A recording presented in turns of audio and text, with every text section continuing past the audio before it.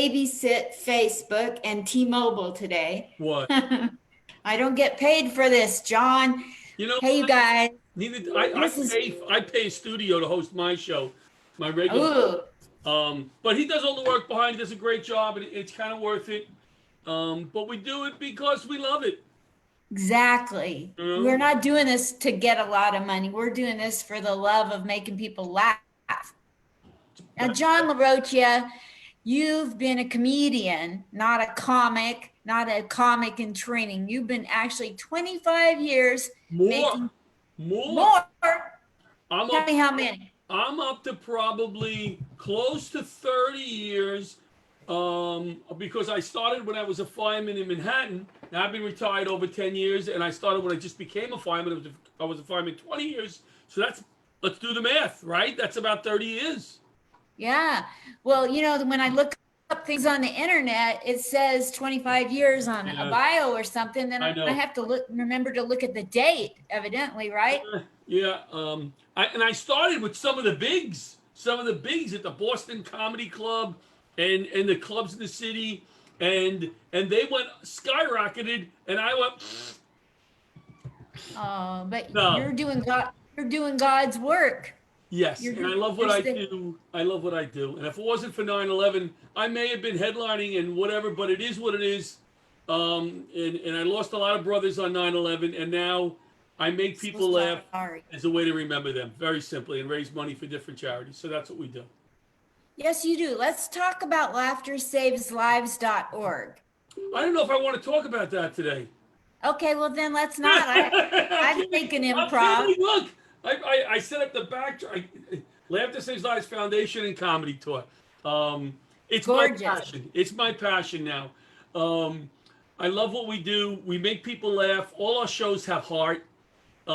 Great charities. We make wonderful donations to different charities. We do free shows at the Veterans Hospital with you, which you are a veteran, correct? Yes, and I've done shows at the VA I in know New you have. York. Thank you. Thank you for your service. Thank you. Thank Uh, you for yours. and I'm very passionate about those shows. We go there, some World War II vets. We haven't seen them in a few months now because they're not obviously letting us in the hospital. But yeah, that's the kind of stuff that we do. And it's all as a way to remember my guys who were lost on 9/11 and because of 9/11. And let me clarify, when I say my guys, they were all men in my firehouse that were lost, but there is females that are being lost since then. When I say guys, I mean guys and gals. Exactly. I get you, Yeah. Even though I'm a baby boomer, I know exactly what you mean. When you're in a room doing comedy with everybody, if I go, hey, all the guys are here, I mean Linda Smith also. That's right. Mhm. So, forever and a day, I've wanted to have an interview with you or be on your podcast or be on one of your shows at one of your hospitals you do. Laughter Save Lives is up at the St. Albans, New York VA hospital. And I think you were trying to get into the Brooklyn one down there. We did do one show there. We're gonna work our way back there. I think we do Northport also every 3 months because we do the fifth Saturday of the month. Obviously, that's only every third month because they have stuff going on every day, which is great that they have stuff for the veterans every day. And then we're gonna expand that program once we get some major sponsors. We also just got into. We did a few shows. The New York State retirement home for volunteer firefighters. Wow, how So proud you must be. that is it. And I haven't done one of the shows yet. It just happened. The first 2 or 3 shows we did, I had to back out. It wasn't available. We sent the team up there, and they loved it. That's so amazing. So Yeah. you basically minister laughter to retired firemen or families of fallen firemen. Well, Wanted I to, love the word minister. Look at you. It makes me feel so holy. Um, yeah, we and to yes, veterans. we deliver shows as a way to remember them. Now, our audience can be anybody, but I love when we do shows where the daughter of somebody that was lost on 9/11 is in the audience, the wife, and they're laughing. And it makes me feel so good that we can make them laugh at this point as a way to remember their relatives. And this is what the new thing I want to talk to you about, the new Laughter Saves Lives Heroes Tour that I'm putting together. We're going to start with a live show with only a few people in the audience. It may just be my family. Because as you know, all this Zoom stuff, and I've done a few shows on Zoom, very difficult to get that feel of the audience. So we're going to Zoom the show and people will click in for donations, but we're going to have a small audience right now. And the Heroes Tour, it started out as the Responders Tour, and it was cops, firemen, military comics, delivering shows Rat Pack style. So I'm going to MC probably, but I'm going to bring Linda up, and Linda and I are going to banter for a few seconds. We're like they do in the firehouse, the military barracks, the police station. We're going to bust each other's, if you don't mind me saying, balls a little bit. We're going to, like we do, and then I'm going to say, all right, Linda, you're up. Then, Linda, you're going to do your set. You're going to do a little comedy. Then I'm going to come back up to bring up the next comic. I may even bring him with me. Now the three of us are on stage. A little banter, which is going to be a little improv, but we're going to have, a little script, so to speak, because I love that feeling of the firehouse where you're just up there and you're not doing comedy, you're just breaking each other's balls in front of the audience. So that's amazing. What we've added now, healthcare professionals, and shame on me for not including healthcare professionals from the beginning. So now we're going to have some comics who are nurses, physicians assistants, my buddy who's a chef in a assisted care facility. Oh my God, they love him. He dresses up for the holidays. They love him. He's a saint. He's wonderful. He's one of my heroes. He's going to be on the tour. So it's going to be great. I know who you're talking about. Oh, you know Pat? Yeah, Pat Marone. I was just and on Manny the phone. Arias is doing God's work up there too. Yes, I was just on the phone with him. Yeah, you guys, I'm so proud of my Long Island boys. Long Island. Long Island. You got to say it right, Linda. Long Island.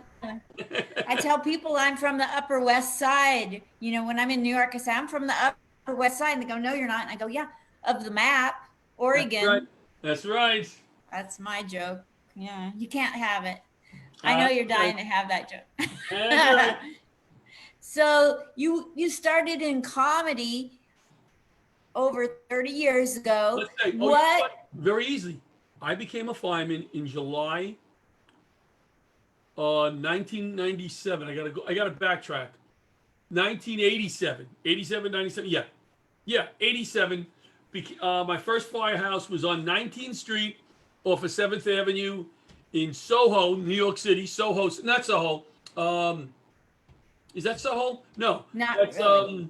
Outside of Greenwich Village. Right outside of Greenwich Village. Yeah. And I love being a fireman there. So many different things, different types of buildings, different types of people. And that's when I started doing stand-up like a year or two later. Get off of work, roll down to some of the C rooms, these rooms where it was a bunch of comics. And I was doing comedy at the time with Al Martin, who's the owner of New York Comedy Club, Steve Mazzilli, who's the owner of Gotham Comedy Club, and a few other. And then when I started getting a little better, I used to run in some pretty famous names down at Boston Comedy Club, who were Ray Romano and people like that. So it was a fun time. I miss those open mics. Wonderful, man. What's the secret to getting as funny as you've gotten? And don't tell me just getting up on stage. Let's assume I'm funny, all right? Because people haven't seen me. Let's assume I'm funny. Yeah. I consider myself, Linda, I am not a comics comic. And what I mean by that is I don't think many comics will stay and go, oh, John Larocchia is going up next. I got to see this guy, I am an audience comic. I go into the audience a lot. I was a fireman. I had all different kinds of side jobs before I was a fireman. I'm a husband. I was a dad. I'm a grandfather. So I can relate to my audiences. Now, I've done young people, college audiences, hit or miss with me because I'm clean, I'm silly, I talk about being Italian, being a fireman, my grandson. So I consider myself, yes, I consider myself funny, but I'll break a punchline because I'm very ADD, as you can tell. So I'll be in the middle building to a punchline and I'll see something in the audience, squirrel, right? And I'll go right into the audience and I'll say, oh my God, this is gonna screw my punchline. I'm gonna do it anyway. The punchline isn't as good, but what's all around it is fun. I It's the get whole it. fun. It's my energy level is high. I'm bouncing all over the place. Um, I have a lot of fun up there, and I feel if I'm having fun, it rubs off. Absolutely. You know, I'll never Absolutely. look like I'm doing it. I mean, I'll look like I'm doing an act, but I'll never look like I'm doing, oh, here's what I got to do now. Next joke, my next joke, my next joke. Because I don't know what I'm going to do. That's why That's the sometimes, way go ahead. audiences love that. Audiences love you to I, be in the moment. I find that, I was just talking to a friend of mine about, he said to me, you know, I learned so much from you about audience and you know, you're so good with the audience and all that. And I said, never blame the audience. If the audience sucks, if they're horrible, if they're rude, whatever it is, never blame them. Because as soon as you blame them, it's you against them. As opposed to, it's my fault. I was the idiot, right? And all of a sudden, they're with you. You know, they're with you. Oh, this guy's blaming himself. It really wasn't his fault. Now they're with you, and then boom, follow it up with a joke or two. You know. That's a great tip. That's a great tip.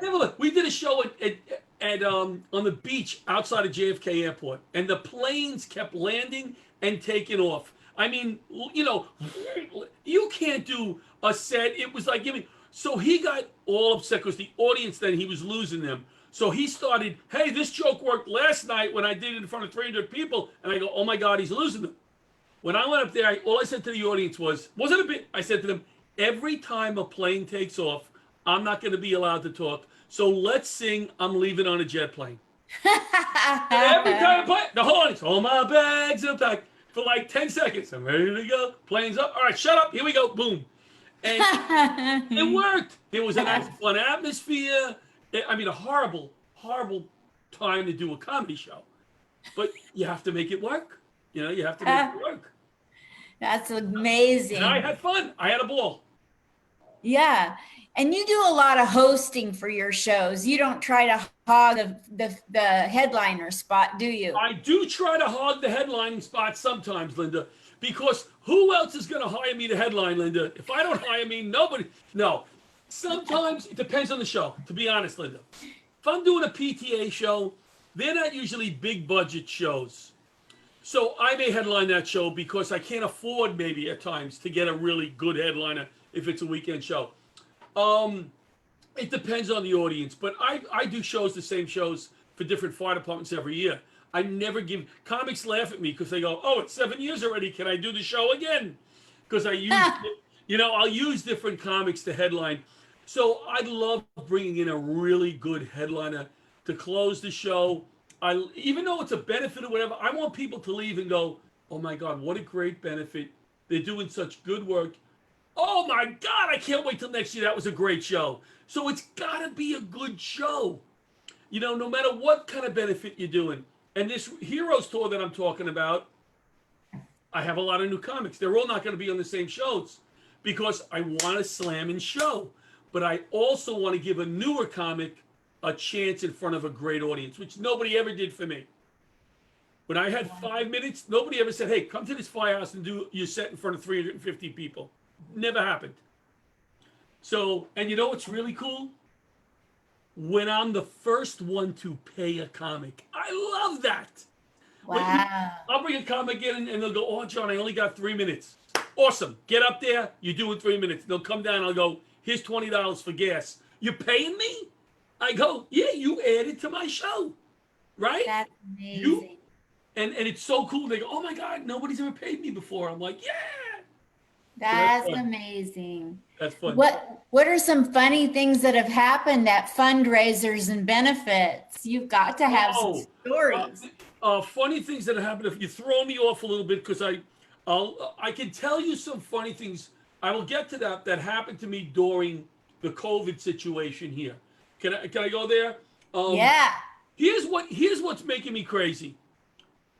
We're getting hammered, right? This is a horrible time, a stressful time, right? I'm trying to be upbeat. I got my mask on, right? I'm walking along the street. I got my mask on. Hey, how you doing? Hey, I don't know the person. How you? Because everybody's like, right, right. So when you start talking to people, they realize, oh my God, we're still human beings. We're still the same, right? Just wearing a mask. I went into the bank yesterday, and I know everybody in the bank because I chat there. I walk in the bank and I said to the lady, "Hey, how you doing? Just how you doing, right? Fine, Yeah. John. Good." Here's how she responds. Oh my God, this is gonna go on for 2 years. I go, oh great, you made my day. Thanks a lot. All right, have like dragging you down. Do we need to be dragged down anymore, Linda? Do we need to be?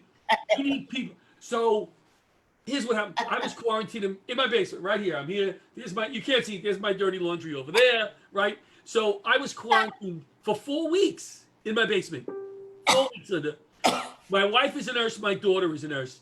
Finally, I knocked on the door. I said, "Why am I down here?" They said, "Because you're an idiot and you didn't ask any questions." They just put me in the basement, told me to quarantine. They're feeding me chicken cutlets down the stairs. They're just putting them on the stairs, no plate. Leaving soup, it's rolling down the stairs like a slinky. All right, licking it up. So that's now I needed a refrigerator, Linda. During the, PC Richard up here in New York. Yeah. PC Richard, right? Curbside service. Curbside service. The idiot, the stunad, as we say in Brooklyn, right? The idiot. You know what a stunad is, Linda? No. Okay, that's an Italian term, Brooklyn-based, a freaking idiot. Stunad, all right? I thought curbside service means I go to PC Richard and stand on the curb. I need a refrigerator model number 4678. Deliver it to my house tomorrow. That's what because I'm not allowed in the store. No, no, no. They don't, they deliver it to your curb. Big refrigerator. Linda, it's still in the driveway 3 weeks later. I have an extension cord running to my refrigerator in the driveway. The joggers go by, they put their water in there, they use the water maker, the ice maker, they love it. So that was happened to me during the COVID. The COVID, as we call it, just like the Facebook. Has it helped you curb your appetite? It has, not really. Because, now you bring me into one of my bits, my Fitbit. Are you a Fitbit? I don't know if you ever see my post. I'm always posting my competitions. I'm a Fitbit guy. I'm always walking or walking in place. And my wife hates it. I go to the supermarket. I'm walking in place like this. Everybody's looking around me going, what the frick is wrong with now with the mask on? And I'm standing there like this, right? The freaking mask, right? I'm walking. Oh, I'm in a step competition. So then when I was going to church, I would sit in the back so I could walk further to communion. If you're Catholic, you need to communion. So I get my steps. And then I would go to communion 3 times. You don't do that, Linda. I just want to get my steps. Took my wife to the mall. I park on the far end of the parking lot, Linda. Why? Because I want my steps, right? I want to walk. I say, come on, chick, walk. Just got to walk all the way across the lot. Walk, move. I need my steps. I'm 1,000 steps. I took her to Panera Bread one day. You like Panera Bread, Linda? I love it. You love the Panera? She loves the Panera, right? I park right in front of the front door of Panera. She looks at me and she goes, now that's how to do it. I said, oh, we're not going to this Panera. We're going to the one 3 miles away. Stop walking, chick! Because I'm insane. I'm insane, Linda. So funny things during shows. Oh, I can tell you about my first gig. My first gig. First paid gig. Remember I said I love to pay people? Yes. Okay, Nita Stein's. Not there anymore. Middle Village, Queens, Metropolitan Avenue, where my family had a luncheonette for years. We go back years in Middle Village as a family. Guy who owns it says to me, listen, I was DJing a party. I was a fireman. A fireman always does something on the side, Linda. They always do something on the side. So I was DJing. Because I can't fix a thing. So I had to do something. He says, I hear you doing comedy. Would you like to do my holiday party? I'll pay you $20 to do 10 minutes of stand-up. I said, oh my God, you're going to pay me? I'll be there. So I show up, Linda, all drunk German men. They've been drinking for 3 hours, no stage, a dance floor, right? But they're not dancing, but a dance floor set up with a bar. So he says, John, you're going up soon. I'm like so nervous. Oh my God, these old guys, they're drunk. So I'm waiting in the back, and here's what I hear, Linda. Hey guys, before we bring out our stripper, and I'm in the back going, what the freak did he just say? We got a comic. He's a fireman. John Larocchia. And I walk out, and nobody's paying attention, Linda. Nobody. They want the stripper. They want food, right? So I'm doing, and I'm terrible. That's my first. I'm terrible to begin with. So I'm doing my jokes, have my little card, right? All of a sudden, the guy comes walking right at me, Linda, right at me. And as he walks past, he leans into the microphone, and he says, "You suck," and it reverberates, "Suck, suck, suck." And I think a tear came down, Linda. I think a tear. And I left without my money. I just ran out of there. I'm never doing this again. Here I am 30 years later. Wow. I'll give you an applause break on that one. Hot dang. The stripper scene. So, how long has Laughter Saves Lives been around, and what kind of groups specifically have you helped, and how can people help you? Well, let's start with laughtersaveslives.org. There's a donate button on there, okay? We're having a little problems, a little malfunction with the button. So people need to help me. Hit the button and put in $50 and press enter.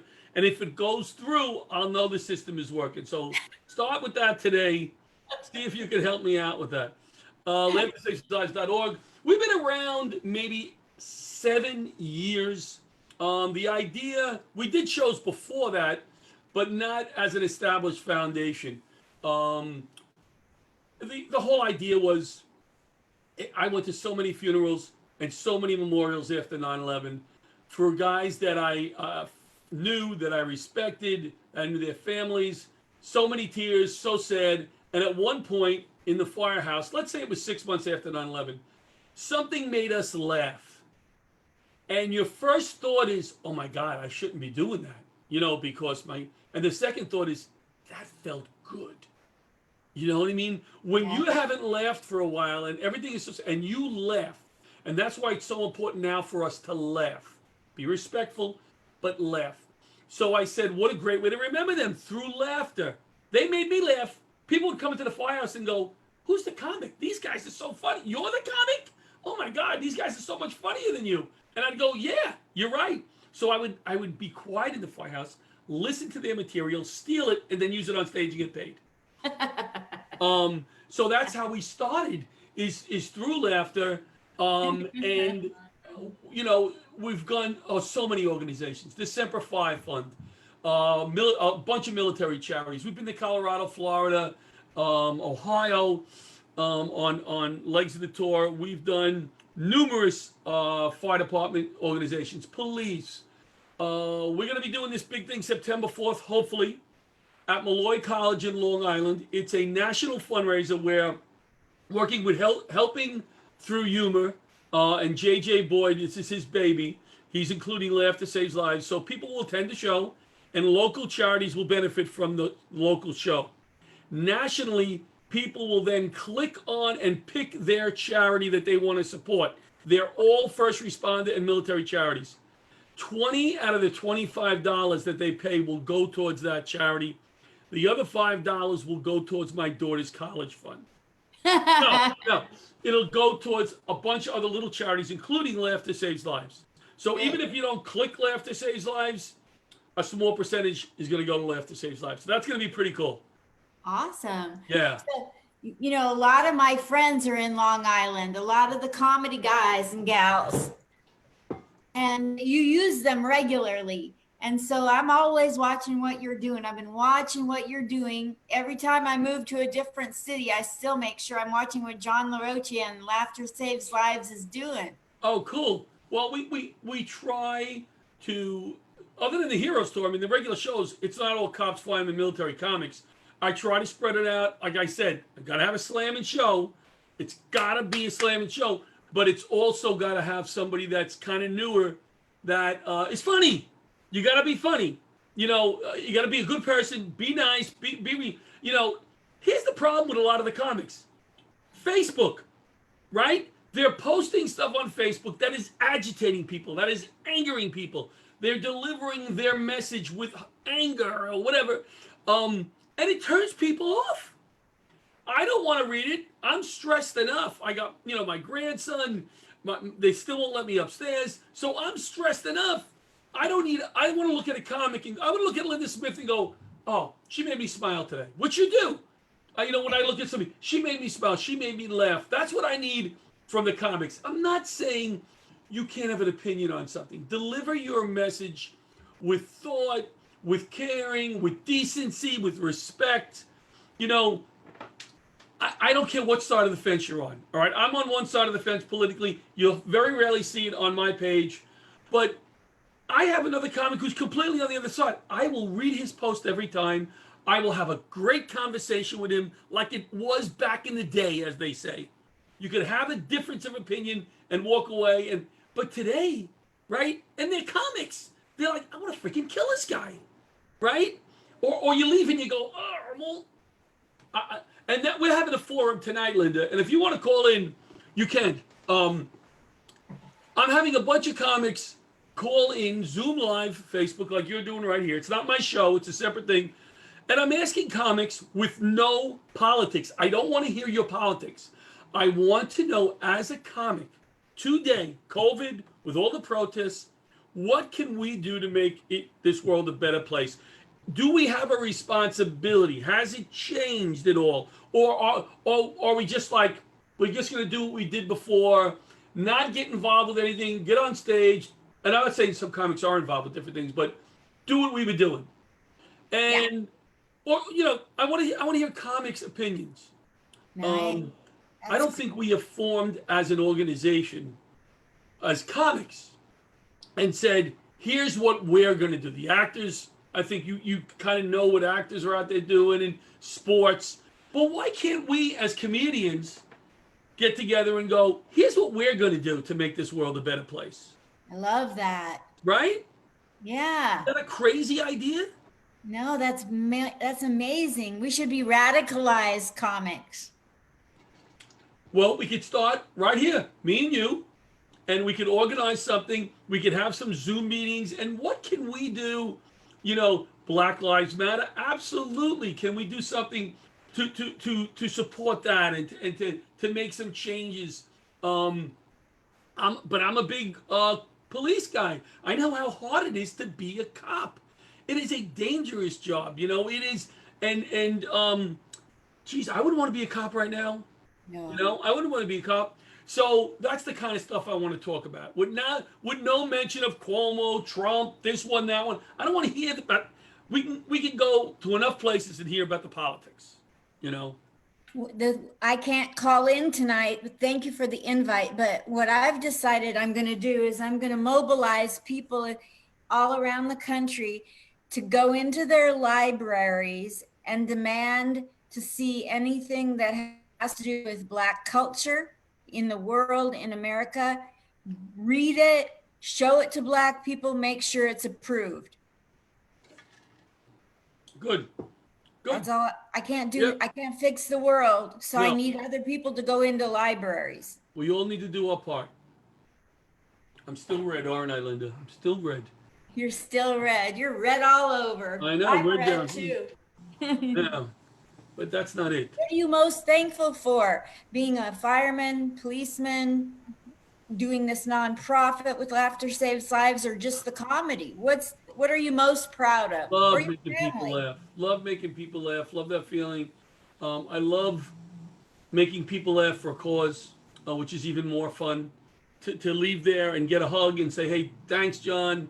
That was great. Thanks for your help. Hey, listen, I pay my comics. I pay them every benefit because they need the money and they should be paid, no matter what the benefit is. Now, sometimes comics will say to me, hey, John, here's the money back. Sunday afternoon show at the Veterans Hospital. I pay my comics.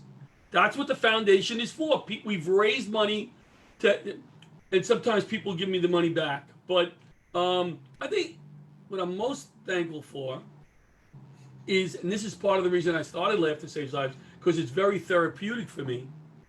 Very simply, my name, I have the paper right over there, is on the paper 9 to 6, 9/11/01, scheduled to work. My name's crossed out. Everybody that replaced me and the other guys was lost. So I was supposed to be working. It's right on my wall, right there. So I always say, if I don't do something good, hopefully I get up there. When I get up there, my guys are gonna kick my ass. Hey, it's okay that we were lost and you weren't, but you better do something good. We're not with our families, you're with your family, you better do something good. So that drives me at times. That there are days where I sit here and I go, I don't want to make another phone call, or I don't want to do this, or I want to do that. And then I remember the picture I saw of my guys in the lobby on 9/11 as the bodies were hitting and you could hear them. And you know what they did, Linda? They went up the stairs. So if they can do that, I can do anything. Right? You had to do this. You had to get me to tears. I don't mean it. I don't mean to get you to tears, but it's just what drives me. I'm so lucky to be here and experience, as I said at my son's wedding when I gave the toast, I just feel bad my guys are not going to experience this. When my grandson was born, first thing I think about is some of them never had grandchildren. So I'm grateful for all of that. And the comedy is just, it's therapeutic for me. I just love getting on stage. 5 people, 400 people, doesn't matter. I'm gonna go up there and have a ball. I think your story deserves to be in a movie or a one-man play or in a book. Okay, we have a screenplay, Time to Laugh Again, and it's based on my life pre 9/11. I was a very shy child, very timid. So for me to become a fireman and go through the fire academy, never went away to camp, never I was afraid of heights, not too good with smoke, not too brave. Hey, let's become a fireman. There's a great job for you, right? Run into burning buildings. So that's the story. It's Time to Laugh Again, and it's about me pre 9/11, how I became a fireman, what I went through on 9/11, and then how the laughter helped me recover and others recover, and how I got to Laughter Saves Lives. How I got to this place with laughter from where I was on 9/11. Wow. It's funny. It's heavy. There's tears. There's laughs. It's a great story. So if anybody's watching who wants to help me produce that, in fact, I'm going to call a guy right after this, a money guy that I've been working on for a few years. He contacted me. So be a great story. And you know who's going to play me? Me. You can play. Now, don't be insulted if I say this, because we're talking about 2001. You can play my mother. I'll do it. My mother has a decent part in this film, because when I responded from Long Island into Manhattan, I stopped in Queens to see my mom, and it was one of the only times I saw my mother cry. She was sobbing on the front steps and did not want me to go into Manhattan. Thanks, Ma. I said, yeah, I needed that.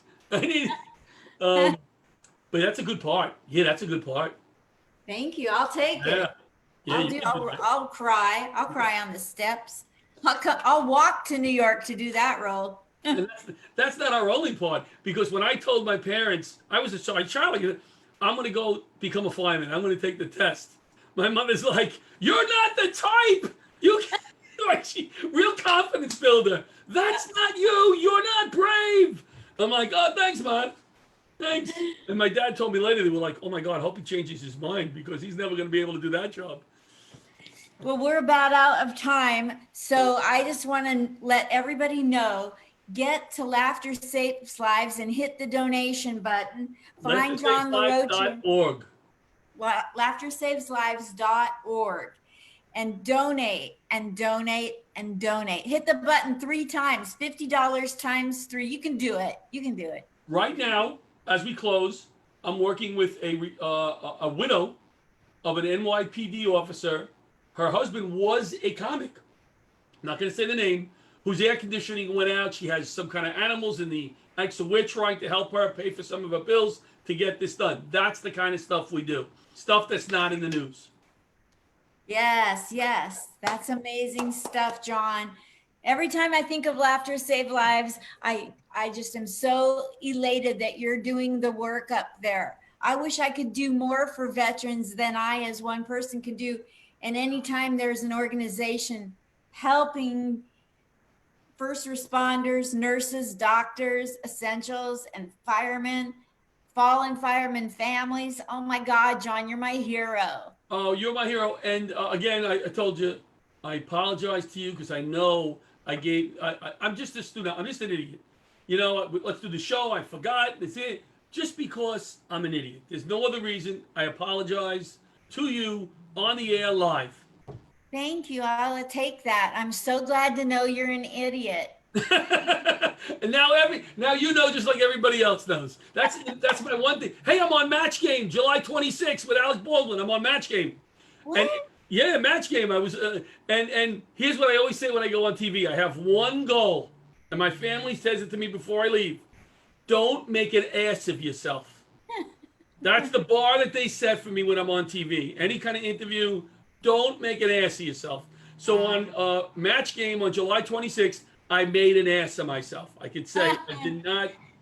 Okay, I got one last question. No.